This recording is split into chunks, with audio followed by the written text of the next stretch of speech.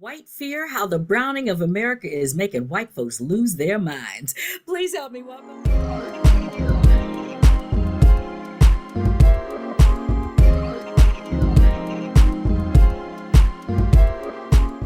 Please help me welcome my longtime colleague and friend, Roland Martin. Yay, yay, yay. Thanks for joining me today. How are you?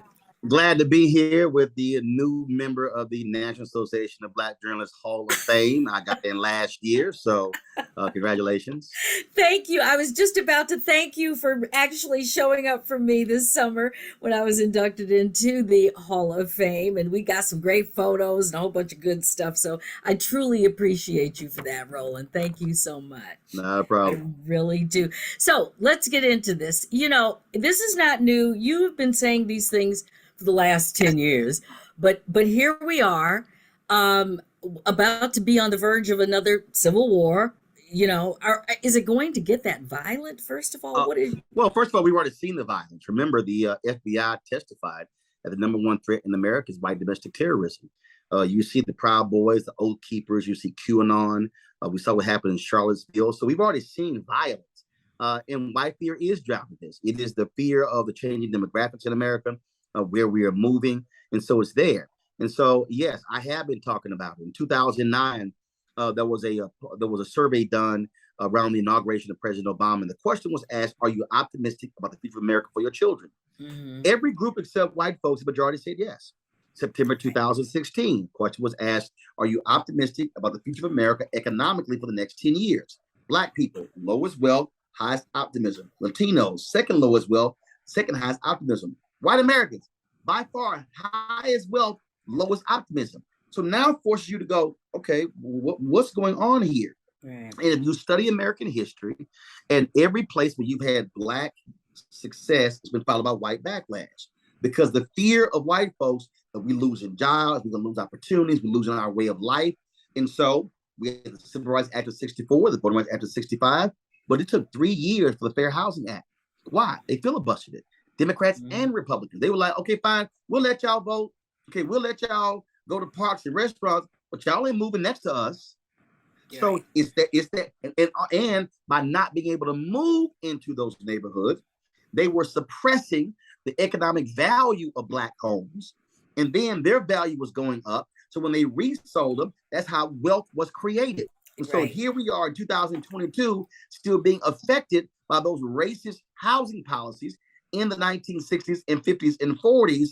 And so it still exists today. And so that's why when they're like, oh my God, we have economic anxiety, hell, you got more money than we do.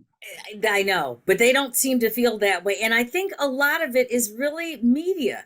You know, if you watch media, you know, and I've talked about this recently on this show, it's like, you know, maybe not 5, 6 years ago, Black people were still relatively middle class on TV. Now every Black person you see lives in a fabulous house.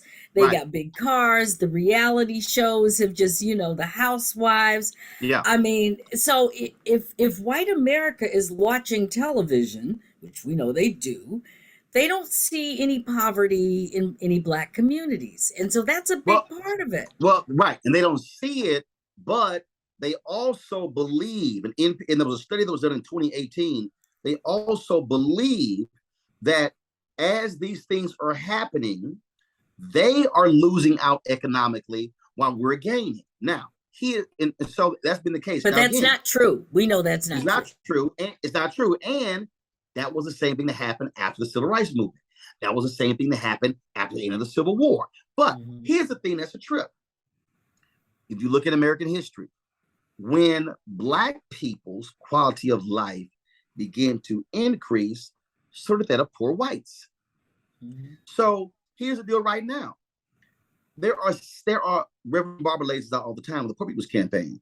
There are 140 million low income or workers in poverty. 140 million in America. Almost 70 million are white. Medicaid expansion. When you talk about increasing that to keep rural hospitals open, white folks. When you talk about SNAP food programs, those benefits, More white America is going to be impacted. See, so you're right.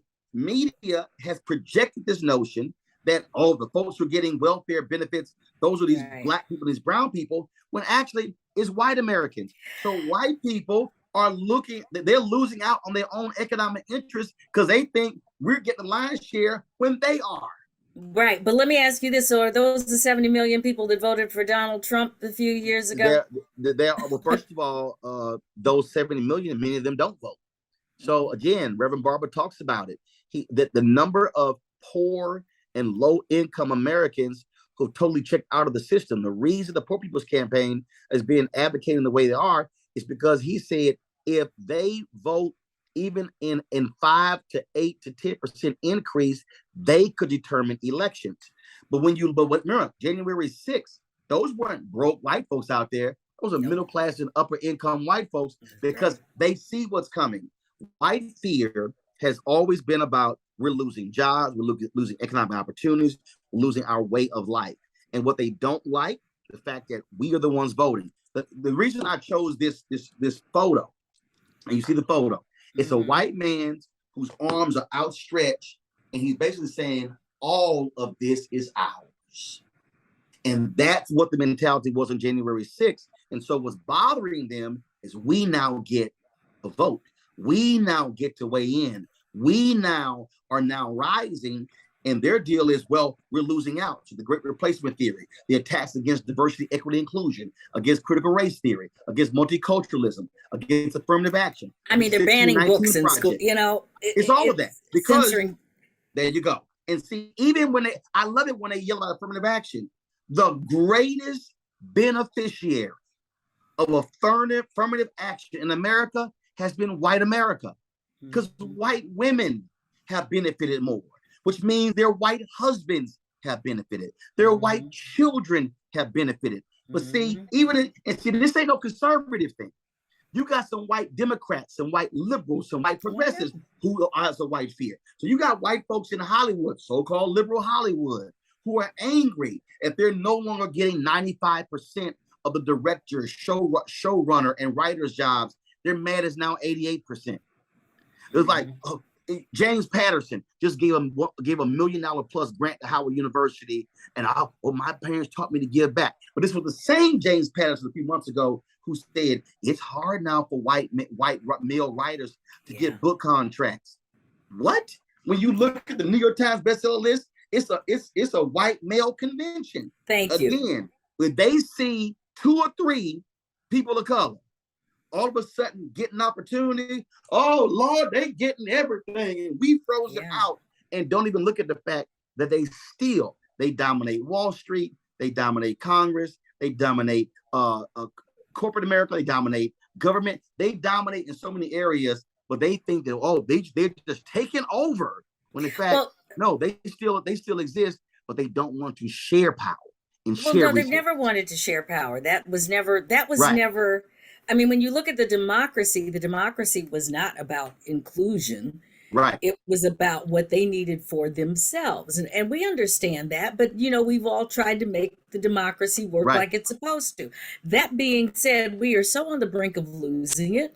If you look around the world and what's going on, and the whole idea of authoritarian governments rising up. I mean, look what's happening in Italy. Who would have thought? Same thing. That in Italy that we're looking at neo-fascism right now. No, here's why. Because this has happened in the last 15 years. We've seen this already in Italy, Germany, France, other countries, because they've been angry about immigration. Here's the deal, and this is why we're dealing with it. The birth rates of white folks in those countries has been decreasing. Well, in order for your country to continue, you need people. That's immigration. In this country, white birth rates have been declining for 30 plus years. Right now, there are at least 12 states where the annual white death rate is higher than the annual white birth rate. Well, it ain't our fault they stopped having sex and having kids. Yeah. And so the problem is, that's what we're dealing with. Look, it's some white conservatives, the reason they are supportive of ending Roe v. Wade or ending it, because of white births declining. That's what's Yeah, no, you're going right. on right now. You're right. And That's the abortion issue. And I think a lot of people don't understand that. It is the white man wanting to control white women so that they can raise that birth rate. I mean, yes, it really, that is what, the whole abortion issue is about. That and then getting rid of Planned Parenthood that helps other people. But that's another story. But you're right at the crux of it. So, Mark, Roland, with all of that going on, what is it that we need to be doing? Because we're still, right, the Voting Rights Act right now is, who knows what's going to happen with that. I right. mean, so what should we be doing as Black people in America First to and save our foremost, position? what I say in the book is that what needs to happen is Black folks have got to be maximizing our opportunities. So maximizing our opportunities with education, maximizing our opportunities when it comes to education, maximizing our opportunities when it comes to economics. That's what we have to do. We got no choice but to do that. But also maximizing when it comes to voting. When I say maximizing when it comes to voting, let's say you got 500,000 Black people in a state. And let's say you have 500,000 Black people. Let's say 300,000 of those Black people, 500,000 who are eligible to vote, but you have 300,000 who actually are registered to vote.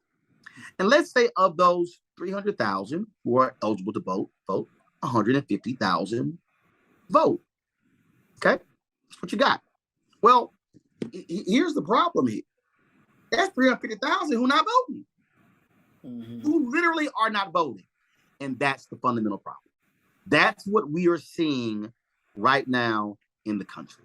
And so we have to be maximizing, turning up our numbers in a significant way. That's what we have to do to make a difference. And how do we do that? Because I'm looking at all the young people, because that's who we really have to count on now. Right. I mean, that's who we're preaching to here. Yeah. I think that people, people like us, we've been registered, we go vote, so we preaching to the choir. We got us. But it's the young people that I'm still hearing a lot of times. Right. Well, it doesn't matter, doesn't affect me. Yep. And they're just all out to get what they can get. And, I mean, there's nothing wrong with that. But Right. there's a disconnect in understanding what voting power actually means to your life. Well, And because I praise Diddy and all those guys because they used to do the get out to vote, and they still do that. But we need more than that now. But the issue is really not get out the vote campaigns. It's get out the information campaigns. Yeah. And so we have to walk people through the issue. What do they care about? And now, how do these elections affect that? So I gotta teach you. I've been saying we need to return of our freedom schools. We need to have Schoolhouse Rock 2.0. Growing up, we were watching cartoons on Sunday, and they were explaining in these interest issues that were animated how politics works. A lot of people have no clue how politics works. Yeah, they just have no damn clue whatsoever. And so we've got to have a return to that, teaching people, getting them to understand that. And once you get them, that's why with my show, I call it connecting the dots. I spend lots of time connecting the dots, trying to get people to see how these things are intertwined.